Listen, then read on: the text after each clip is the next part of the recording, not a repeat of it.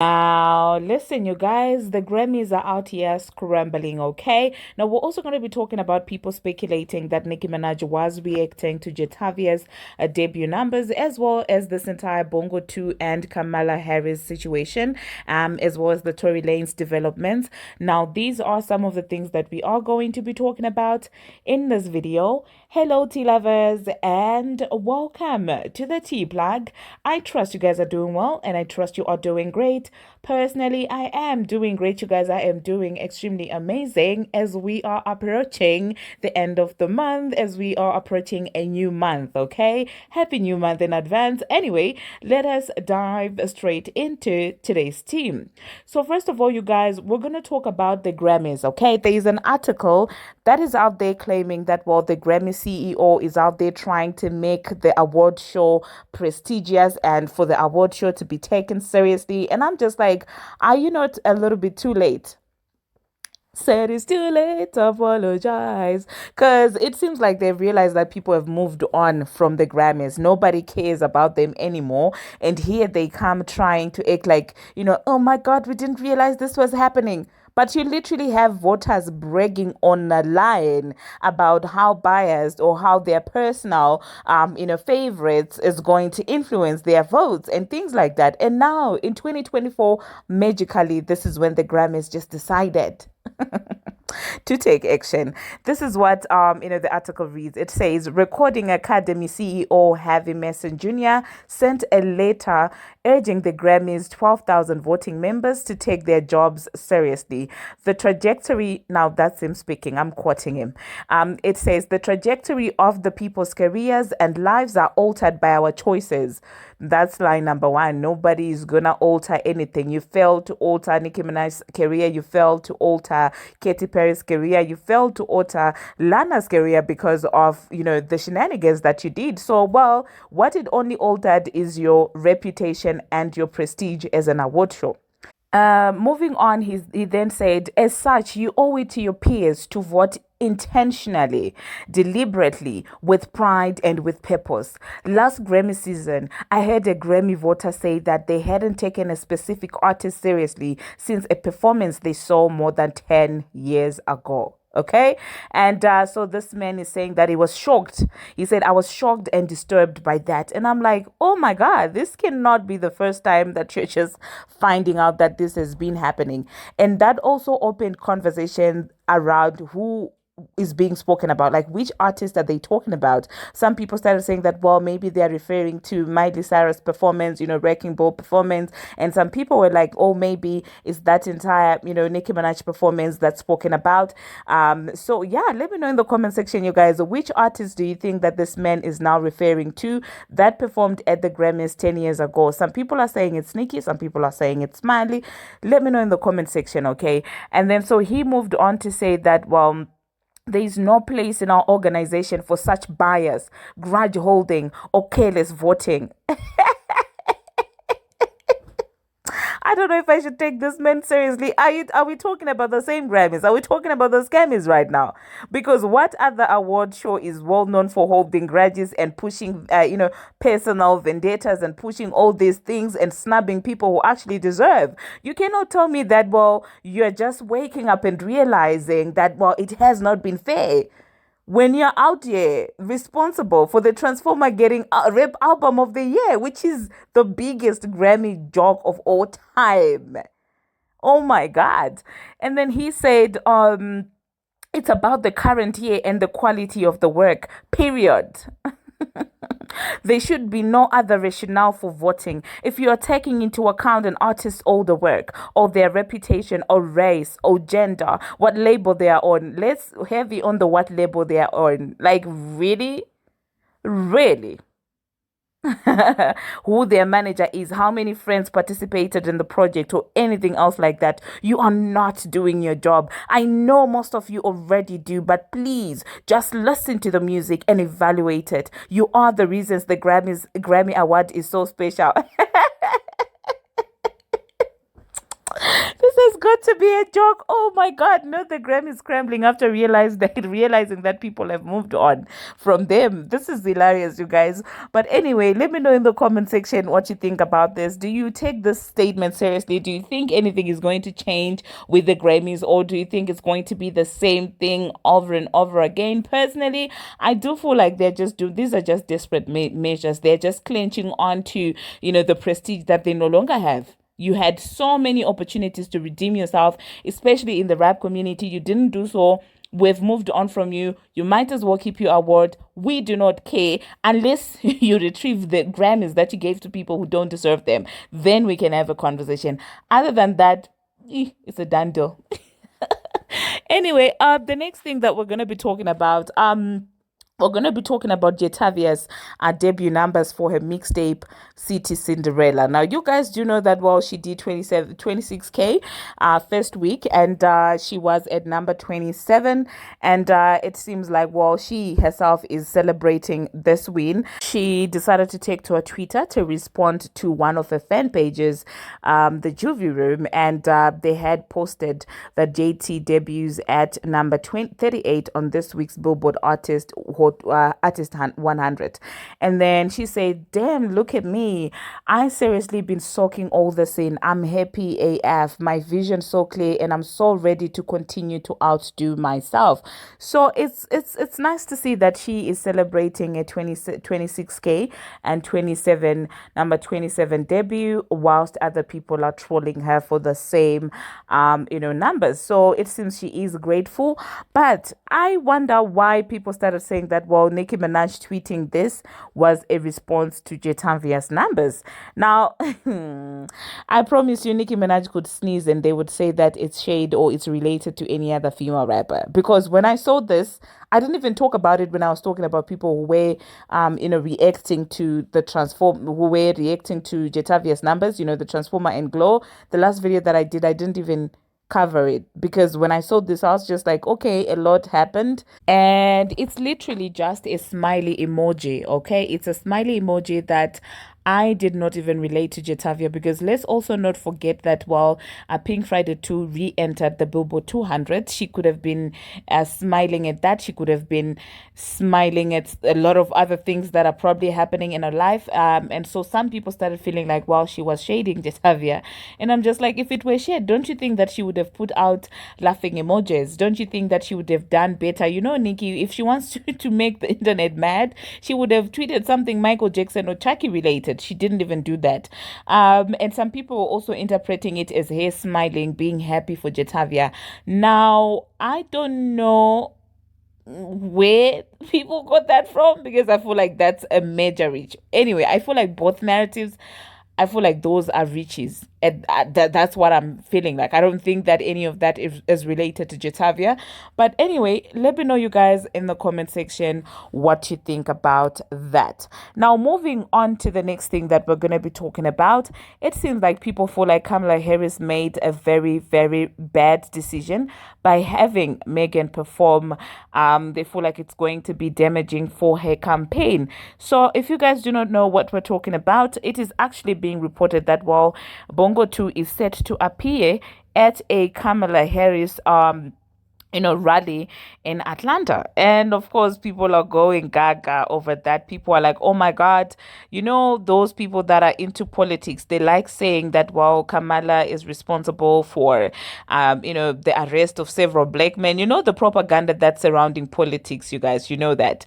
So now that she has Bongo 2 associated with her during a campaign, people feel like, if anything, it's doing herself a disservice by associating heavily with Bongo 2 in an environment where, her counterparts, not her counterparts rather, but the other party is trying to use that, to sway people to their side, especially with the developments that came out yesterday. I really didn't want to cover this, but, well, there have been developments, and allegedly Tory Lanez driver released a statement, and in that statement he is insinuating that actually Tory was not responsible for pulling the you know what. And they are saying, if anything, he was fighting Kelsey for the weapon. And I guess that's when the weapon went off.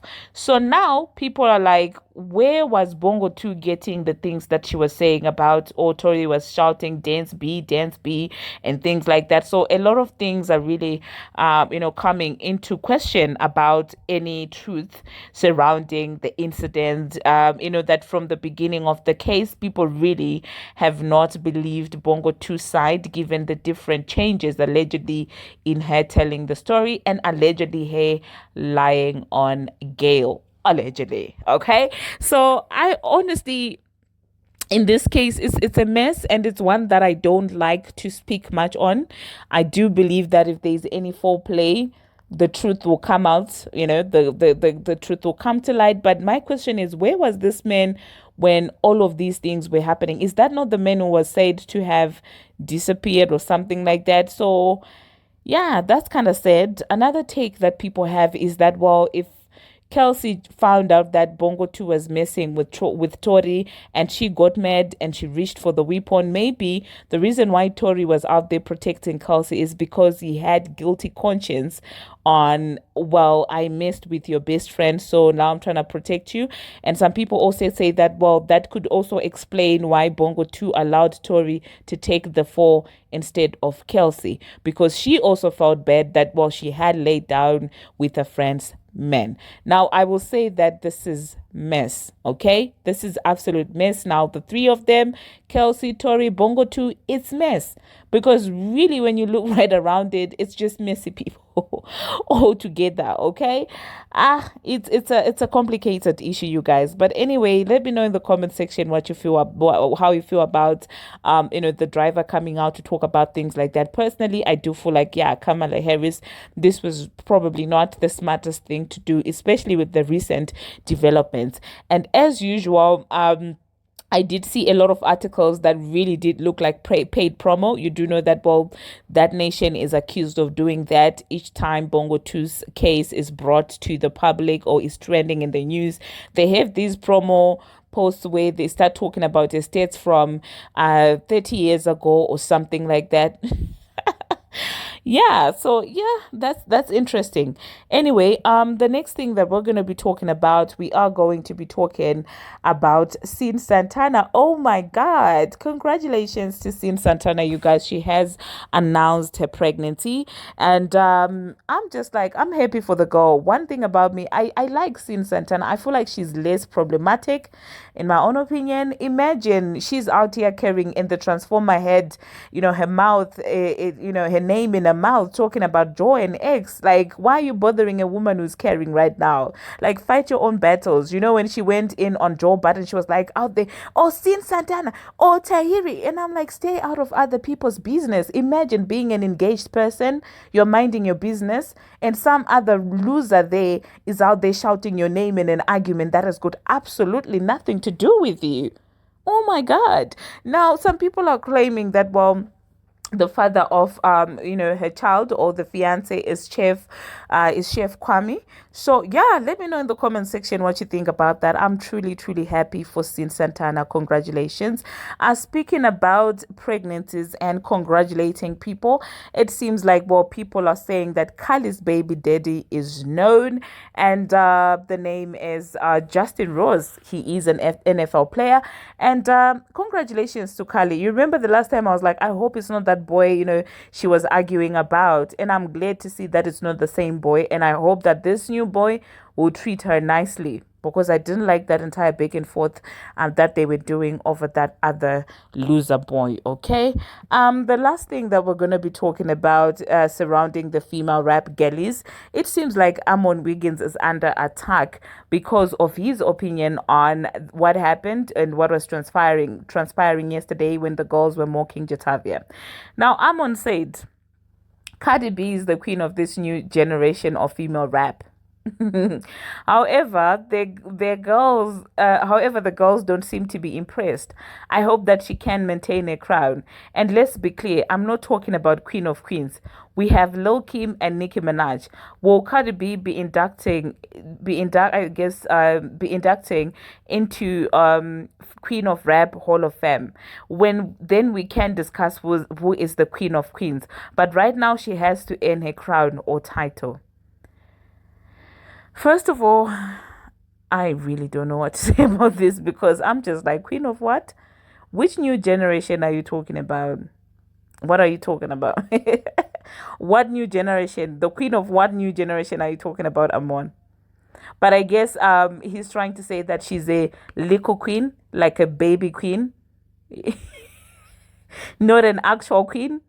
But personally, I'm just glad that she's playing with her mates. The JTs, the Bongo twos, that those are her mates in as far as talent. Not even talent, because a lot of those girls are way more talented than her. So I guess in terms of what? No, she's actually beneath this girl. Stop calling her the queen for these girls, okay? Subtract the payola, subtract the push from the label, and put the buzz on the music there, and let the records sell themselves. You will see that a lot of these girls will do way better than her, especially JT. I think she has potential because she didn't even have that massive push, but she still managed to do that.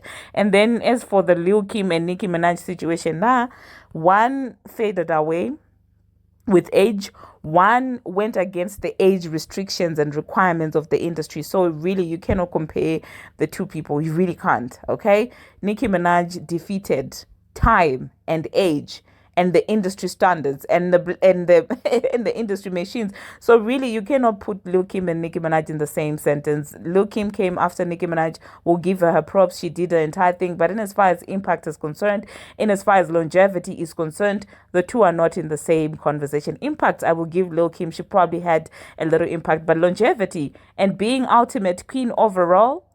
Nah, Onika is your girl, man. I guess you're getting it twisted. But anyway, let me know in the comment section what you think about that.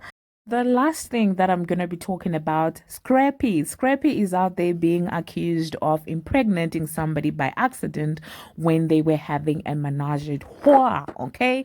And I'm just like, Scrappy, I cannot keep up with him. I think I just saw a couple of videos of him hanging together with Bambi, and they were talking about co-parenting, and they were in London, and everything seemed okay. So I'm just like, where is this now coming from?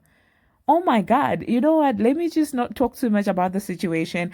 I will let you watch the TikTok video of that girl and you guys see for yourself what exactly is going on. That being said, after I insert that video, I don't think I will be coming back to say my goodbyes. So let me just say thank you very much, you guys, for watching, and thank you very much for making it this far. If you have not already, what are you waiting for? Smash that subscribe button and do turn on the notification bell so that you will be notified each and every time that I post. I post each and every single day, and I keep you updated on what is happening in the celebrity world on Instagram, on Twitter, and about all things trending. Until my next one, see you. Put a finger down if you were on a Now That's TV show and you won the show, and you and the guy who you won the show with decided that y'all were going to see where things went, date, and potentially get serious. Put another finger down if you were at his house one day and decided that you wanted to invite your friend over so we can all get lit. And he tells you to have her Uber to a gas station, and you pick her up from the gas station just so she doesn't have his physical address. Put another finger down if y'all were vibing, turning up, getting lit, and y'all all mutually decide to have a threesome. And then a month later, after having that threesome that you brought your friend into, she calls and tells you that she's pregnant and by the guy that you're talking to. Put another finger down if now he's gaslighting you into thinking that it's your fault and you're the cause of this, and you need to now handle the situation and talk your friend out of having a baby that he does not want.